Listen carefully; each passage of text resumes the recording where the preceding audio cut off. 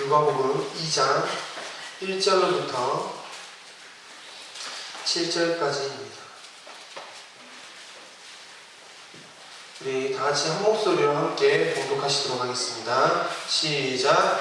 그때에 가야의 사람 영을 내려 청하로 다 호적하라 하였으니 이 호적은 구레네가 수리아 총독이 되었을 때 처음 한 것이라.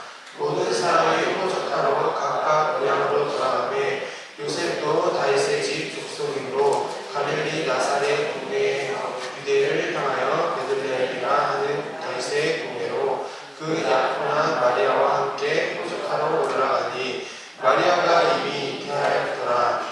거기 있을 때에 해산날이 쳐서 첫 아들을 낳아 강보로 싸서 구유에 이었으니 이는 병원에 있을 곳이 없음이로라. 아멘. 예, 제가 기도하고 말씀을 전하겠습니다. 예, 다시 한번 기도하겠습니다. 사랑하는 하나님 감사합니다. 하나님, 이 기쁜 날, 정말 말로 표현할 수 없는 이 기쁨의 날에 하나님 이 자리 가운데 나왔습니다. 하나님, 이 나올 수 있었던 것도 모든 것이 주님의 은혜인 줄 믿습니다.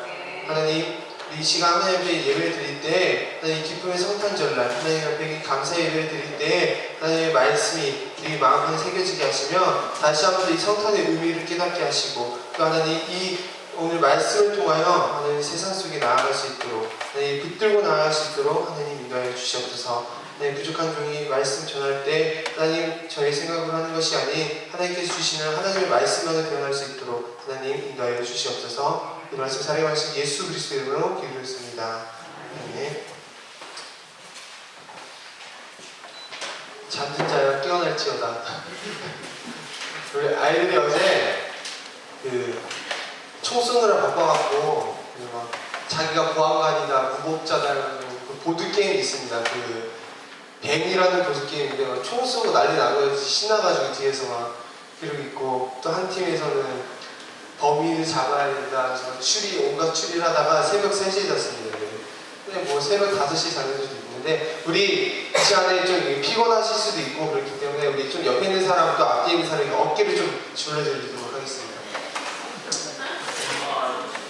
사랑하는 마음으로 해주세요. 어디 아파봐라 이런 마음 말고 사랑하는 마음으로 좀 불러주세요. 불러주시면서 사랑합니다 이렇게 인사하시죠. 자, 메리 크리스마스.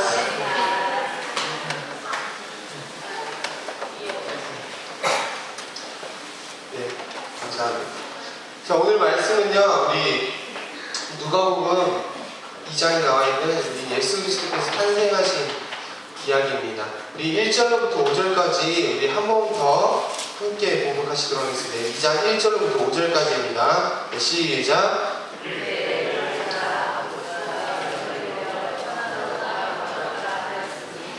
이 호적은 구레네가 수리아 총독이 되었을 때 모든 사람이 호적하러 각각 고향으로 돌아가매 요셉도 다윗의 집 족속이므로 갈릴리 나사렛 동네에서 유대를 향하여 베들레헴이라 하는 다윗의 동네로 그 약혼한 마리아와 함께 호적하러 올라가니 마리아가 이미 잉태하였더라.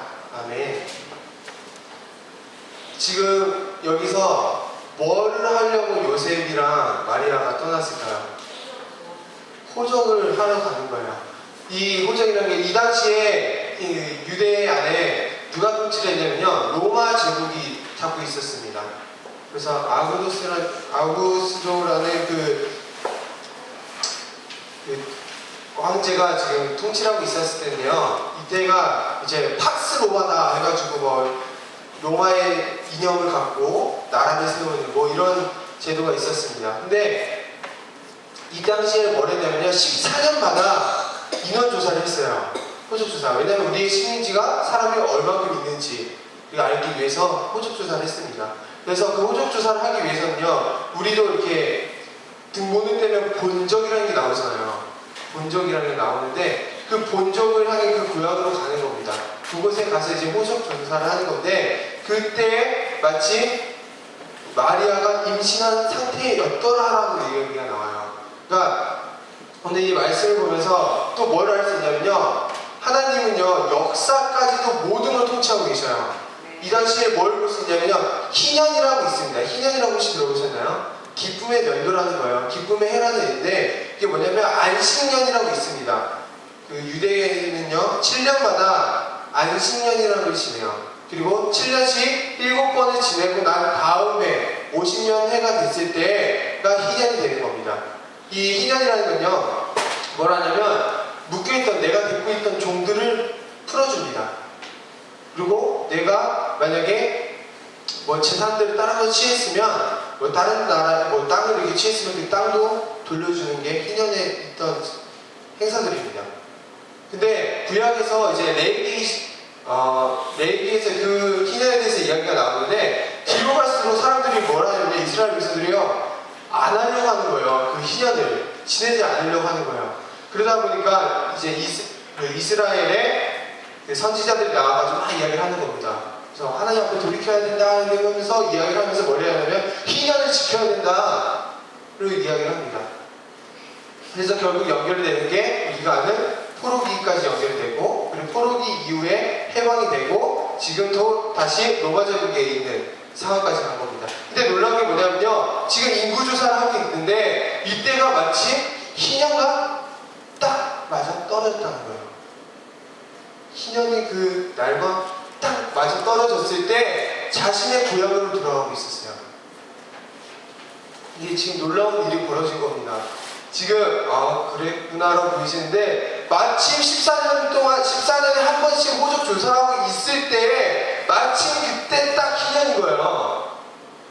그리고 나서 이제 6절부터 7절에 무슨 이야기가 나오냐면요 거기 있을 그때에 해산할 날이 차서 첫 아들 낳아 강보로 싸서 부유에 누였으니 이는 영원히 있을 곳이 없음이더라. 그때 마침 예수님께서 탄생하신 거예요. 그때 마침 이걸 통해서 우리는 정말 이 역사 또한 하나님께서 모든 것을 통치하고 계시구나를 아셔야 되는 겁니다. 근데 하필이면 그 희년에 그 종이 포로가 됐던 사람들이 풀려나는 그 희년에 예수님이 이 땅 가운데 탄생하셨다는 거예요. 그 혹시 만수르라고 아세요? 만수르 다들 아실 겁니다. 만수르 그 소셜 네트워크에 SNS에 글이 하나 올라왔었어요. 사진이랑 글이랑 쭉 올라왔었는데 뭐가 나왔냐면요 딱 자동차 그 핸들 있죠. 핸들과 시계 하나 딱 이렇게 사진을 이렇게 찍어가지고 올린 거예요. 만수르가 뭐라 했냐면요 오늘은 길을 가다가 시계와 차를 약 10억 원 많이 샀다. 서민들의 고달픈 삶 속에서도 이 소소한 즐거움이 있구나. 그래서 자기가 서민 체험을 한 거예요. 근데 그 샀던 게 차랑 시계 값이 10억이에요. 근데 자기가 지금 서민 체험을 하고 있다고 하는 거예요. 되게 웃긴 거죠. 근데 이 사람이요 지금 갖고 있는 재산이 약 158억 파운드 정도 된대요. 그러니까 지금 한 26조 원 되는 거예요. 그리고 매월 수입이 얼마냐면 4천억 원이에요. 약 4천억 원. 근데 이 사람도 자기가 서민이라고 하는데 그 차가 뭐냐면 다들 아실 겁니다. 벤틀리라는 혹시 차 아세요? 벤틀리 회사에 있는 차예요. 우리 남성분들은 아시겠지만 그 벤틀리 있는 그 차인데 자기가 그게 서민이라고 생각하는 거죠. 이 사람은 또 어느 정도의 사람이냐면 맨시티라는 혹시 구단을 아십니까? 그 축구팀인데 우리 축구 좋아하시는 분들은 아실 겁니다. 그 맨시티 구단주예요. 구단주인데 어떤 일이 있었냐면 일화가 되게 많은데 그 구단에 그 축구 경기를 보는데 사람들이 막 얘기하는 거야. 겨울에 너무 춥다. 궁뎅이가 차갑다. 이러니까 그래? 그럼 만수르가 하는 말이 그래? 그럼 너네 모든 좌석에 히터를 깔아줄게. 그럼 모든 좌석에 전자석에 히터를 깔아줍니다. 그리고 또 무슨 일이 일어나냐면 이제 너무 좋긴 한데 우리가 가는 게 너무 힘들어요. 좀 차 노선 좀 만들어주세요 하니까 뭘 만들어주냐면요 지하철 모노레일을 깔아줘요. 구단까지 올 수 있는 그 모노레일을 쭉 깔아줍니다. 사람들이 올 수 있게. 그리고 그런 일화가 있고 그리고 또 무슨 일이 있냐면 너희가 우리 구단으로 오게 되면 매년 그 차 중에서 제규어라는 차가 있습니다. 이렇게 표범이 달리는 차인데 되게 비싼 차인데 너한테 줄게. 매년 바꿔줄게. 그리고 또 이제는 나한테 돈을 써볼까 하면서 혹시 페라리라는 차 아세요? 스포츠카 중에서 진짜 최고 명품인 차인데 그 페라리를 좀 타고 싶은데 탈 곳이 없는 거예요. 그래서 자기만을 위한 페라리의 트랙을 만들어버립니다. 페라리 월드. 엄청 크게 지어가지고 자기 혼자서 거기 차 타고 노는 거예요.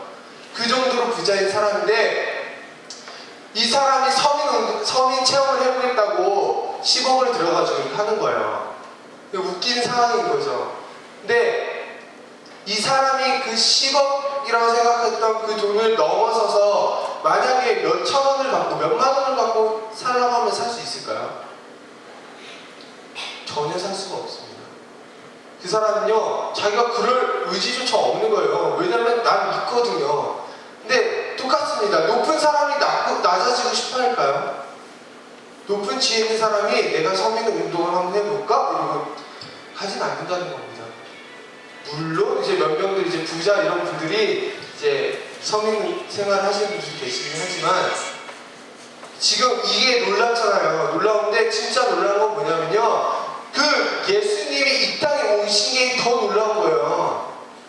사람들은 낮아지지 않으려 하는데 천지를 창조하신 그 하나님이신 그 말씀이 육신이 돼서 이 땅 가운데 그 하나님이 오신 거예요. 육신을 입고 예수 그리스도. 이게 진짜 놀라운 일인 걸 아셔야 됩니다. 지금 마음에 여기서부터 막 끌어올리셔야 돼요. 막 벅찬 감동. 전지전능하신 분이 지금 우리를 위해서 오셨다는 거예요. 그것도 가장 낮은 자리에서 가장 약한 자로 아기의 모습으로 오셨다는 겁니다. 다들 되게 공감이 안 되시나 보죠? 그 전지전은 우리가 늘 얘기하는 늘 함께 하시는 그 하나님이 지금 우리를 위해서 낮은 자로 오셨다는 거예요. 우리가 여러 가지 예수님의 기적을 얘기합니다. 죽은 자를 살리시고 눈먼 자를 다시 보게 하시고 앉은 자를 일으키시기도 하면서 그런 기적을 얘기하는데 진짜 기적은요. 그 전지전능하신 하나님이 지금 우리를 위해서 오신 게 정말 기적인 거예요. 가장 낮은 그 자리로 정말 놀라운 일이 벌어진 겁니다. 하물며 부자들은 자기들이 그걸 지키기 위해서 꽁꽁 싸우고 있는데 천지를 창조하신 그 하나님이에요. 뭐만 하면 다 자기 건데 그분이 그 모든 것을 버리고 오신 거예요. 가장 비천한 모습으로 가장 비천한 곳에 그 말 우유에 누이신 그 여관조차 없어가지고 침대조차 없어가지고 그 소 염을 먹는 그 구유 그 통에다가 거기서 누워 계신 거예요. 왜냐하면 우리를 너무나도 사랑하시기 때문에 그렇습니다. 지금 오늘 읽지 않았는데 8절에서부터 이제 20절까지 쭉 보면요. 예수님이 딱 오셨을 때 천사들이 가장 먼저 알린 사람들이 있었습니다. 누군지 아십니까? 혹시 누군지 아세요? 네, 목자입니다. 목자들한테 가장 먼저 알리게 됩니다. 근데 우리가 이 목자들이 어떤 사람들이냐면요. 죄인들이에요. 왜 죄인들이냐면요. 이 사람들은요. 늘 이렇게 돌아다녔어요. 돌아다니면서 양을 쳐야 되니까 풀이 있는 곳으로 가야 되잖아요. 그러니까 늘 그렇게 이동을 하는 거예요. 그러다 보니까 안식일을 지킬 수가 없어요. 그래서 어떠한 행사가 또 있다 해도 그 안식년을 지켜라, 뭐를 지켜라 하는데 그 어떠한 것도 지킬 수 없는 당대의 죄인들이라는 거예요. 그 죄인들인데 그 죄인들한테 가장 먼저 예수님이 탄생하셨다는 것을 알리게 됩니다. 만약에 생각해보세요. 만약에 죄인이 아닌 사람들한테 알리면 정말 그 당시 생각해보면 뭐 바리새인이나 왜냐면 그 사람들이 율법주의자였기 때문에 그 모든 율법을 지켰던 사람이 어떻게 보면 자기들은 죄인이 아니거든요. 그럼 그 사람들한테 알려야 되는 게 맞는 거잖아요. 근데 하나님은 그렇게 하신 게 아니라 그 사람들 죄인들한테 먼저 가셨다는 거예요. 그 당시에 죄라고 여겨졌던 사람들 그 사람들한테 가서 전하신 거예요. 왜냐면 우리가 아까 장관들에서 봤던 것 같이 흰년이었어요. 죄의 종에서부터 종에 있는 그것에부터 해방시켜주는 거예요. 예수님이 이 땅에 오신 이유는요, 우리를 죄의 종이었으나 이제는 너희가 죄의 종이 아니라 주의 종이다 하는 것입니다. 때마침 하나님은 정말 놀라우신 분이에요. 때마침 이루시는 분입니다. 때가 참해 상상도 할 수 없는 이야기들로 하나님이 지금 이야기를 하고 계시는 거예요. 우리가 봤을 때 죄인들인데 하나님 봤을 때 저 사람이 구원할 자예요. 우리가 맨날 찬양하잖아요. 구주가 나셨네. 막 성탄절만 되면 막 다들 막 메리 크리스마스 구주가 나셨네. 뭐 하는데 진짜 구주가 나신 거예요. 그 말에 정말 그 뜻을 아셔야 돼요. 정말 우리를 위한 구원자이신 분이 오셨어요. 근데 우리가 기뻐 뛰지 아니할 수가 없다는 거예요. 내가 죽을 수밖에 없었는데 그 죄의 종에 빠져 있어가지고 죄의 종에 있어서 묶여 있어서 죽을 수밖에 없었는데 나를 살리셨다고요. 그분 예수 그리스도가 오셔서 오심으로 인해서 그 높으신 분이 말로 형용할 수 없을 정도로 정말 그 높으신 전지전능하시고 만유의 구세주이신 그분이 이 땅 가운데 오셨다고요. 나를 위해서, 나 자신을 위해서. 우리가 막 성탄절만 되면 막 선물 이제 우리 아이들이 있으니까 엄마 크리스마스에는요 이거 사주세요, 저거 사주세요, 막 이렇게 얘기를 하는데 진짜 우리의 선물이 바로 예수 그리스도라는 겁니다. 이 성탄절에는요 뭐 나가서 뭐 연인들끼리 뭐 데이트도 할 수도 있고 지금 다 결혼하셨으니까 뭐 할 수도 있는데 정말 성탄절에는요 가족끼리 거기서 뭐라 해야 되냐면 하나님 앞에 기쁨의 예배를 드릴 수 있어야 됩니다. 감사의 예배를 드릴 수 있어야 돼요. 또 그 가정 안에서 성탄절에는요 모여가지고 그곳에서 은혜를 나눌 수 있어야 돼요. 왜냐하면 그분이 우리 때문에 나를 위해서 이 땅에 오셨다는 겁니다. 그리고 우리는 그분으로 인해서 이제 죄의 종이 아니라 주의 종이 됐다는 겁니다. 죄의 종에 죽을 수밖에 없었던 사람들이 이제는 완전 딴판이 된 거예요. 분명히 죽음을 향해서 달려가고 있었는데 이제 반대로 하나님 나라를 세워가는 영원한 나라로 지금 달려가고 있는 사람들이 됐다는 겁니다. 믿으셔야 됩니다. 이 성탄절날 이 기쁨의 예배를 감사함을 드리시기 소망합니다. 하나님은요 정말 놀라우시다. 다른 말 필요 없죠. 정말 높으신 분이고 정말 그분이 나와 함께 하신다는 건요 몸둘 바 모를 정도로 정말 감사한 거예요. 근데 지금 여기에도 여전히 하나님이 함께하고 계십니다. 이 기쁨의 성탄절날 이 땅에 오신 그 예수님이 여전히 우리를 함께 하십니다. 우리가 늘 하나님 앞에 감사한 예배를 드리며 살아가기 소망합니다. 하나님은 완벽하신 분이세요.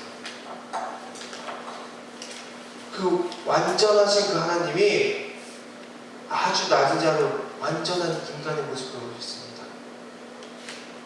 우리가 지금 성탄절을 드리는 이 성탄절이 바로 그걸 하나님 앞에 감사드리는 예배입니다.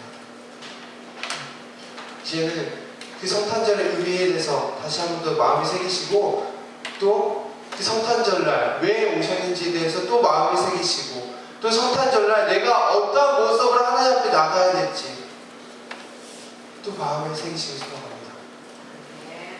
그분이 여전히 우리와 함께하고 계십니다. 기도하도록 하겠습니다. 하나님, 이 땅 가운데 오신 예수 그리스도를 우리가 믿습니다. 그분은 완전하신 하나님이시고 삼위일체의 하나님이시고 또 완전한 사람으로 이 땅 가운데 오신 걸 믿습니다.